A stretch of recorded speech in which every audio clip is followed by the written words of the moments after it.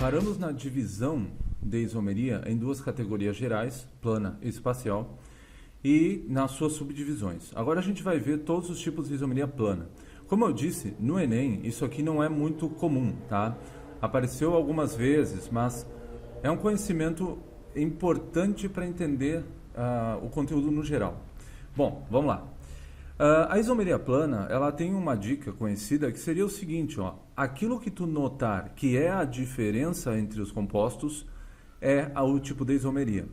A isomeria plana, ela sempre funciona, ou quase sempre funciona, por comparar compostos. Então eu te mostro dois e te pergunto que tipo de isomeria eles apresentam. Ou, na pior das hipóteses, mas isso é um pouco difícil de fazer numa questão de marcar, eu posso te mostrar um composto e te perguntar, bom, quais são isômeros, quais não são, quais são as possibilidades de isômeros. Já vou mostrar para vocês. Isso aqui, pessoal, é mais ou menos como um jogo, tá?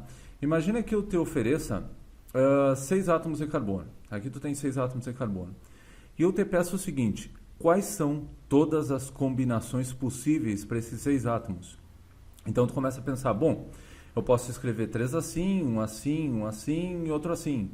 Aí tu pensa, não, peraí, eu posso escrever 4, aí eu escrevo um aqui e outro aqui. Aí esse aqui te dá novas ideias, do tipo, peraí, posso escrever 4 também, um aqui e um aqui. Bom, cada uma dessas versões que tu está criando são isômeros. Mas tu tem que tomar um certo cuidado, porque provavelmente não vai aparecer algo nesse estilo, mas repara que essa estrutura, por incrível que pareça, é igual a essa. Tu não percebeu, mas tu acabou de criar duas estruturas iguais, porque olha só, a gente tem que numerar a maior cadeia da esquerda para a direita, então esse é o 1, esse é o 2. No carbono 2 apareceu o metil e o metil de volta. Se tu for numerar essa cadeia, a maior cadeia é essa aqui, ó. Essa é a maior cadeia. Se tu numerar 1, 2, olha só, no carbono 2 apareceu o metil e o metil de volta, tá? Mas isso é algo bem específico, né? Algo como que poderia acontecer, mas o que eu estou tentando te explicar é o que é isomeria. Seria quantos compostos diferentes eu consigo fazer com a mesma fórmula. Ou, traduzindo para pecinhas de Lego, por exemplo, eu te dou 20 pecinhas de Lego e pergunto quais são todas as figuras que tu consegue montar. Bem, para classificar as isomerias, eu disse que tem 5 tipos. Existe uma sequência que tu pode estudar que vai te facilitar para classificar. Porque isso aqui vai funcionar, como eu falei, por pares de compostos. Então, eu te mostro, por exemplo, essa estrutura aqui e esta, e eu te pergunto, eles são isômeros do quê? Tu vai ter 5 nomes na tua mão. É função, cadeia, posição, metameria, tautomeria. O que tu vai aprender é a selecionar algum deles. Eu, quando vou resolver um problema de isomeria, eu sempre tenho esses 5 nomes na mão, então eu começo a eliminar o que eu sei que não é.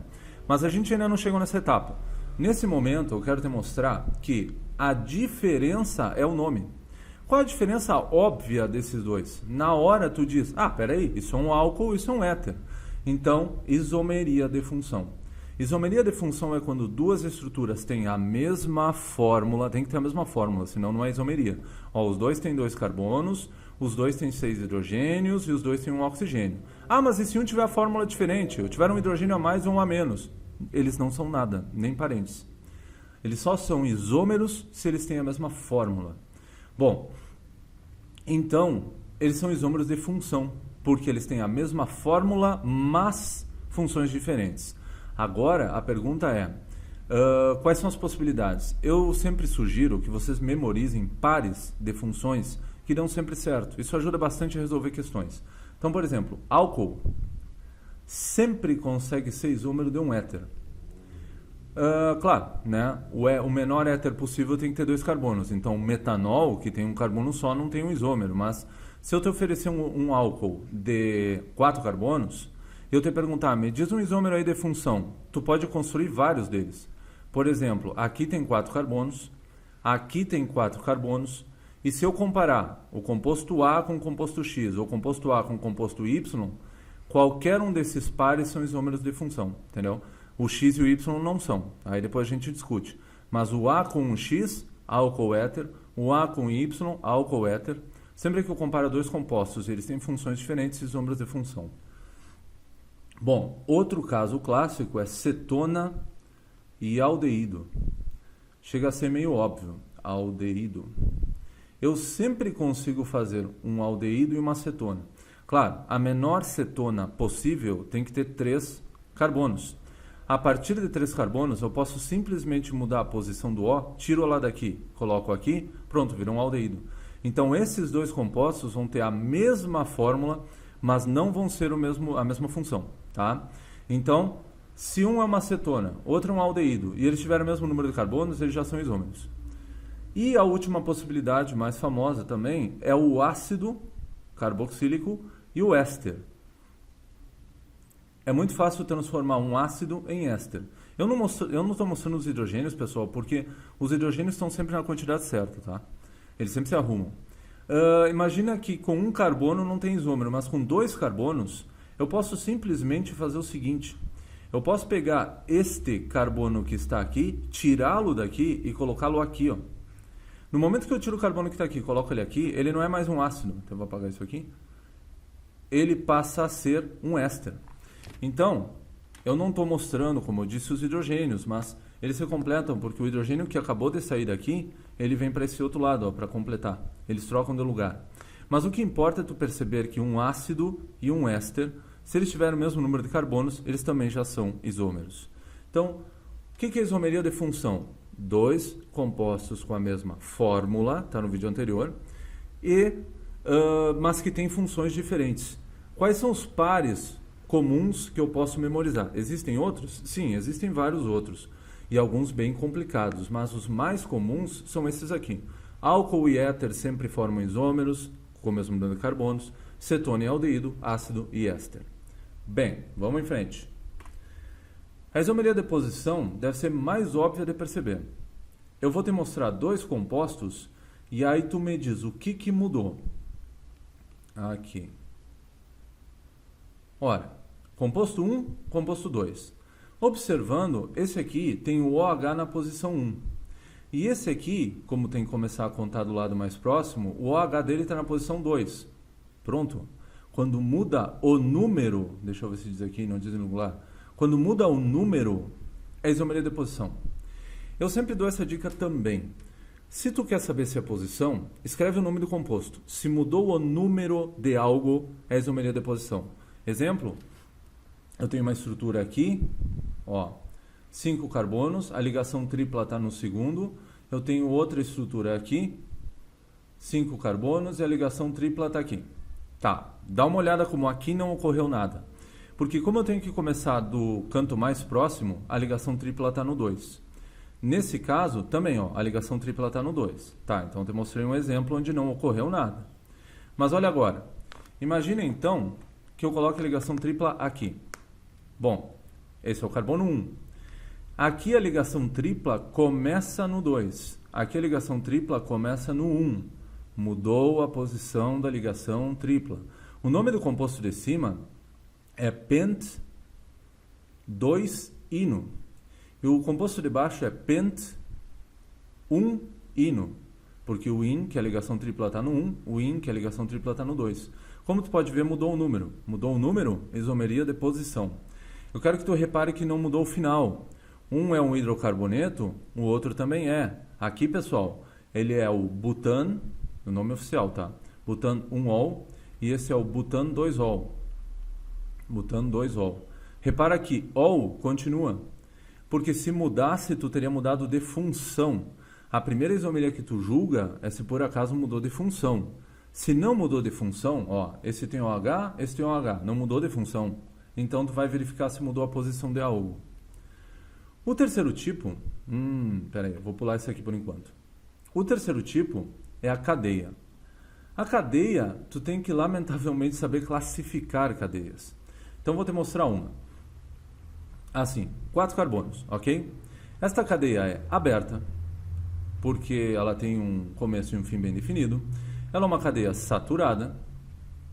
Ela é uma cadeia homogênea, porque só tem carbono e hidrogênio. E ela é uma cadeia normal. Mas olha só essa aqui. Quantos carbonos tem? 4. Essa aqui, pessoal, olha só, ela vai ter 3, 6, 7, 8, 9, 10. Sua fórmula é C4H10. Surpreendentemente, olha essa. 3, 6, 9, 10. Ela também é C4H10. Eles têm a mesma fórmula. São a mesma estrutura? Não. Essa aqui tem cadeia aberta, sim. Ela tem cadeia saturada, ok. Ela tem cadeia homogênea, mas a sua cadeia é ramificada. Tem várias formas de dizer, né? Cadeia ramificada é aquela que tem carbono terciário, é aquela onde tem mais de um caminho para seguir, tem muitas opções. A questão que tu tem que perceber é que dois compostos com a mesma fórmula, mas eles são diferentes. Ok. Dois compostos diferentes têm a mesma fórmula. Como se chama? Isomeria. Agora, qual é o nome dessa isomeria? Bem, tu vai ver a diferença. Qual é a diferença? A diferença é a classificação da cadeia. Então tá, isomeria de cadeia. Entendeu a ideia? Vamos mais um exemplo. Olha essa cadeia aqui. 4 carbonos e uma ligação dupla, tá? Agora, 4 carbonos numa cadeia fechada. Vamos colocar os hidrogênios aqui, vai 2, aqui vai 1, aqui vai 2 e aqui vai 3. Nessa outra vai 2, 2, 2 e 2. C4, H, 1, 2, 3, 4, 5, 6, 7, 8. Olha essa. C4, H, 2, 3, 4, 5, 6, 7, 8. Os dois têm a mesma fórmula, mas são compostos diferentes. É por isso que tu não pode chegar na farmácia e pedir, me dá C4H8, e aí a pessoa vai dizer, bah, eu tenho 5 remédios com C4H8, qual é o certo? Tá, não é assim, é uma bobagem, mas entendeu a ideia, tá? Bom, a questão é a seguinte, um tem cadeia aberta, o outro tem cadeia fechada. Ok. Não te esquece que a primeira pergunta, podemos eliminar alguma função, posição e cadeia. Mudou a função? Não. Esse é um hidrocarboneto, esse é um hidrocarboneto. Não é função. Mudou a posição de algo? Mudou. Da dupla. Como assim? O primeiro tem dupla, o segundo não tem, então não mudou a posição. Aqui também, ó. Mudou a posição do radical? Não mudou, porque o primeiro não tem radical e o segundo tem. Lembra a questão de mudar um número? Se um leva número, como é o primeiro caso, e o segundo nem tem o que indicar, então não é posição. Mudou a cadeia? Sim. Cadeia aberta, cadeia fechada. Cadeia insaturada, cadeia saturada. Isomeria de cadeia. Bom, esses são os 3 tipos principais. Agora, vamos voltar um pouquinho e analisar a posição. Eu disse que posição é quando muda a posição de algo, mas a dica é que tem que mudar um número. Existe um caso especial de posição que não se chama posição. Dá uma olhada? É a metameria ou compensação. O que é isso? É quando muda a posição do heteroátomo. Uma dica importante é que vai mudar o heteroátomo, mas não muda número. Como assim? Vamos entender. Ó, isso aqui é o etoxi, etano, isso é um éter. E esse aqui, ele é o metoxi, propano. Repara que tem 4 carbonos, só que o O está entre 2 e 2 e aqui o O está entre 1 e 3. Esse é o heteroátomo. Então mudou a posição do O, mas tu reparou como não mudou número no nome? Porque não levava número. A explicação no nome está toda estranha, o et e o met prop. Ou seja, quando muda a posição do heteroátomo, especialmente metameria ou compensação. Então tem que saber o que é o heteroátomo? Claro. Dá uma olhada aqui, ó. Quem é o heteroátomo nessa estrutura? O nitrogênio. Essa aqui é a metilpropilamina. Metilpropilamina. Agora olha só essa outra estrutura aqui. Dietilamina.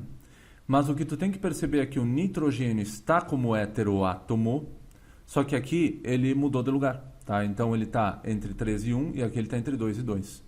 Mas uma coisa importante é que ele se manteve como heteroátomo, né? Nos dois. Bom, último caso. A tautomeria é o mais fácil de identificar, mas é o mais improvável de cair. A tautomeria é um caso especial que envolve enol. Se te mostrarem um enol, é 80% de probabilidade de que seja tautomeria. Se te mostrarem um enol e tu não sabe nem o que tu está fazendo e tem que marcar um desses nomes, já marca tautomeria. Mas, vamos lá, vamos entender. Porque o enol até poderia aparecer em outro contexto. Mas eu não vou complicar agora. Vamos deixar assim. Ó. O que acontece? O enol, ele é um composto altamente instável. Dá uma olhada aqui.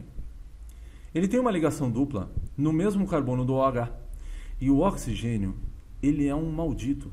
Ele olha para os elétrons da ligação dupla. Lembrem que a ligação dupla é feita com um par de elétrons. E ele começa a dizer, eu quero aqueles elétrons para mim. Eu quero aqueles elétrons para mim. Aí o carbono diz, mas tu já tem o hidrogênio, deixa disso. E ele, eu não estou nem aí, eu me livro desse hidrogênio. Então é isso que o oxigênio faz. Ele arremessa o hidrogênio e suga a ligação dupla para ele. Então o composto fica assim, ó. Aqui está o O. A dupla salta para o oxigênio. Vira uma ligação dupla. E aí o hidrogênio vem para cá. A gente não está mostrando os hidrogênios, então tu pode não te preocupar com ele. O que eu quero que tu perceba é que aqui ele é um enol. Mas aqui ele deixou de ser um enol, porque agora que o O tem a dupla na ponta, ele é um aldeído. Então, se tu pegar um recipiente e colocar 1 litro de etanol, em pouquíssimo tempo, metade vai ter virado o aldeído, tá? O etanol no caso. Porque ele fica sofrendo essa reação química automaticamente. A mesma coisa se o OH estiver no meio da cadeia. Se o OH estiver no meio da cadeia, como essa aqui, o oxigênio suga a dupla para ele, assim, e joga o hidrogênio longe. Então ele deixa de ser, ele vira de enol para cetona. Nós chamamos a primeira situação de equilíbrio aldoenólico e a segunda de equilíbrio cetoenólico. Enol se transforma em cetona, enol se transforma em aldeído. O que é essa seta dupla estranha que tu escreveu? Ela é uma seta assim, ó. Ela significa equilíbrio químico. Isso aqui a gente vai ver na aula normal do Enem. Então, dependendo de quando vocês estão assistindo o vídeo, ou vocês vão ver isso em breve, ou vocês já viram. Então, eu explico mais para frente. Mas, essencialmente, significa que a reação fica acontecendo nos dois sentidos. Bom, agora vamos para a prática. Na verdade, eu vou fazer o seguinte. Eu vou dividir esse vídeo aqui e a prática eu explico no próximo vídeo, tá? Na verdade, a prática eu vou dividir em duas partes. Exercícios para praticar, para aprender, e depois questões de vestibular e algumas do Enem.